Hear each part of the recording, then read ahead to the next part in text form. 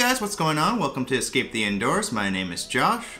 Today I want to give my impressions of the Hyperlite Mountain Gear 4400 Southwest. I've had my eye on this pack for a while and finally decided to go for it.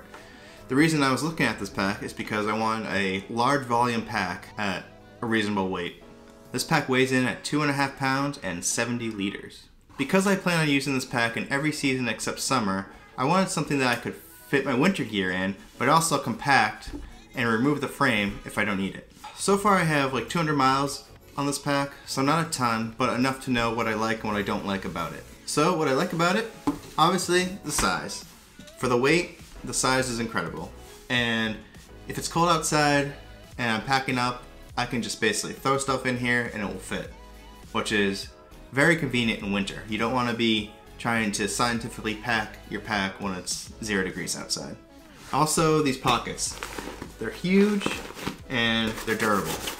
I don't like stuff hanging off the side of my pack, so I don't lash anything to it. I like everything in pockets and contained. I've shied away in the past from purchasing a DCF pack, although it is a very strong fabric. With bushwhacking and rubbing against rocks, it is more susceptible to abrasion than, say, a Dyneema grid fabric. However, Hyperlite Mountain Gear uses a combination of the two. So they take kind of the Dyneema fabric and laminate it with a DCF fabric. So it actually adds a little more durability and abrasion resistance. But most of the time, when I have to duck under a tree or scrape against a rock, these pockets are what is going to take the abrasion. The other thing that sold me on the 4400 is instead of making it just taller, they made it wider.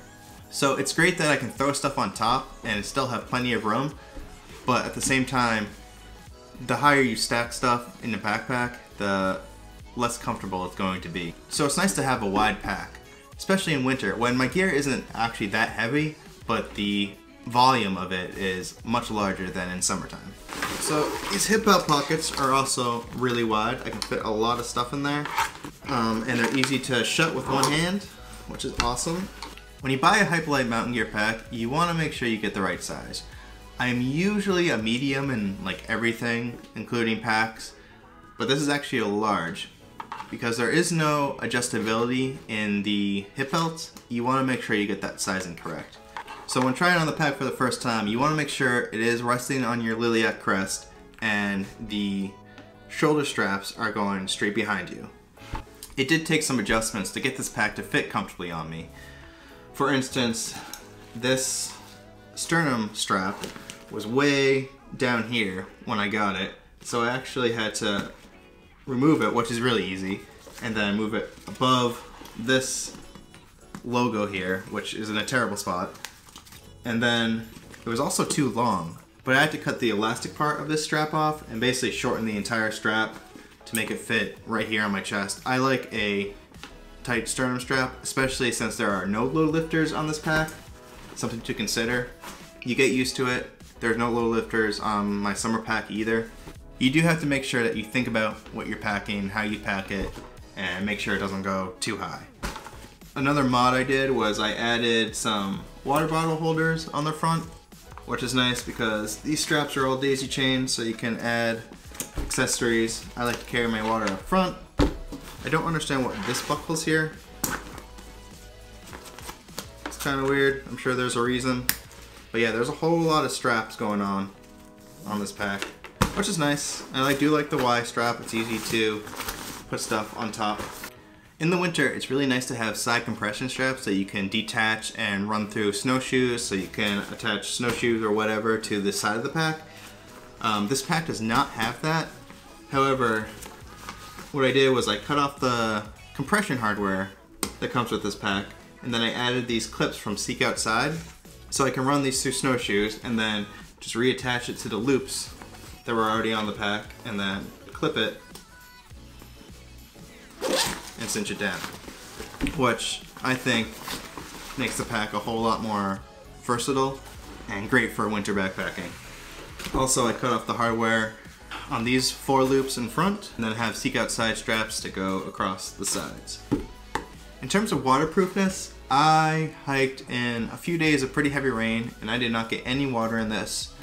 Other people said that they have gotten water in it. I did not find that to be the case. However, I did, cinch it down pretty heavy like this, and I did put everything in a dry bag, as well as stuff sacks. So even with a DCF pack, you still want to use a pack liner just to make sure your quilts don't get wet. So another thing is, these shoulder straps are pretty stiff when you first get the pack, so it will take a little while for them to soften up. And that goes along with making sure the pack fits correctly, because at first this area right here was really close to my neck, so it took a little while to get the pack adjusted so this wouldn't rub against my neck. Another thing is, when I first got this pack, I did not like the feel of the frame stays inside the pack, so I ended up removing them, and I've carried like 35 pounds without the frame stays, and it's been super comfortable. So I don't know if it's because I'm used to not having a frame, or the fact that they are really curvy. They go in like that, which I guess helps prevent sweat buildup on your back, but I don't know, they just felt like they were digging into me. So some people have said that they have felt that, others have not. Maybe I have to adjust it so it's not so curvy, but I removed them. The pack is really comfortable. Even in winter, my weight doesn't really get past 30 pounds. So I don't know what else I can tell you about the pack. I love it so far. It's been great. It's very versatile. I love actually not having a mesh pocket here. It's great for winter. I can pack it minimally and compress it down a lot, or I can pack all the luxuries and have plenty of room.